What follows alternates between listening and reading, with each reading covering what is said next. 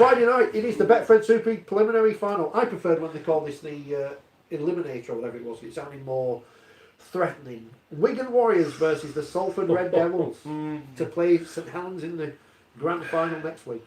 Looking forward to this one. Looking so forward to this one. As we know, the Wounded Warrior, exactly what happened to him last week against St Helens. They won't worry about that, as we said earlier in the show from there. And the holders, they don't want to let the trophy go quite easily, and they won't do. They won't. This is their part of the season. This is a business end. This is what's in their DNA.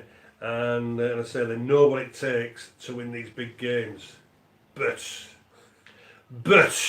and you say to me, have you been on syrup, Scully? No. Salford would have learned from 2 weeks ago, from a point of view where, yes, they will be patient, but this time, Salford will be a little bit smarter.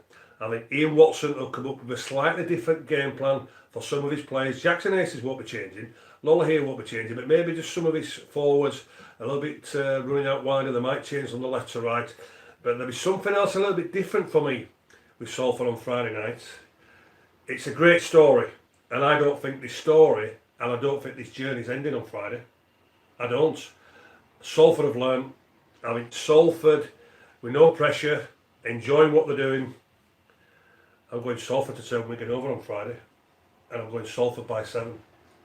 I think you make a very compelling case, and I don't think anybody who's watched Salford in the playoffs and saw them nil a team this week would know that they are up for this.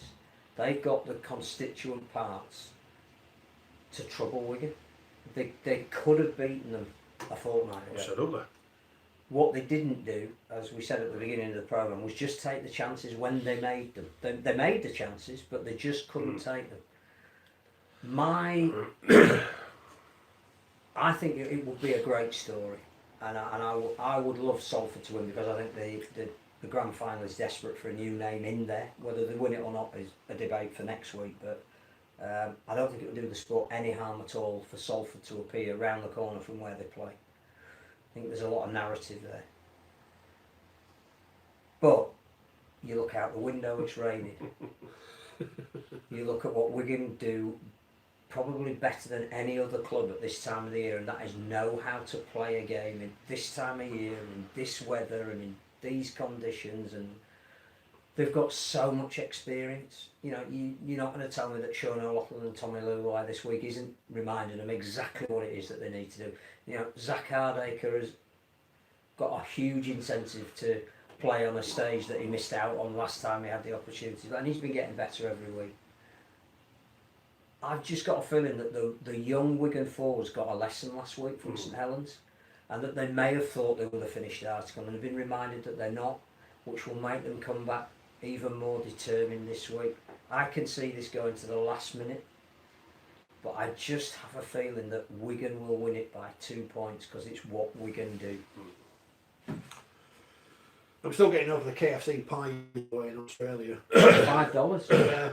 It's almost as good as during the last World Cup when the main highlight was the KFC chips, wasn't it?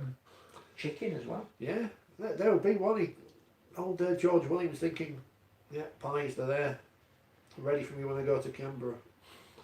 I want to tip Salford, but for everything you've just said, Phil, it's all about Wigan in big games. And I've been tipping Wigan to win the grand final for months now, and I said they're going to win it next year. If I tip Salford, is it because I want them to get to the final, because I want to see something different? The fact that you're even debating it tells you that we've got a great game.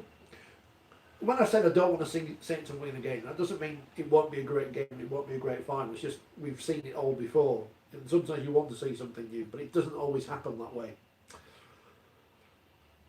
Nah, I'm going to go with Salford. Let's go with Salford. Jackson Hastings will have a great weekend, because he will lead Salford to the grand final on Friday. It'll be announced as Man of Steel on Sunday, and Salford will win, because I can't split them in golden point by 1. What's his name?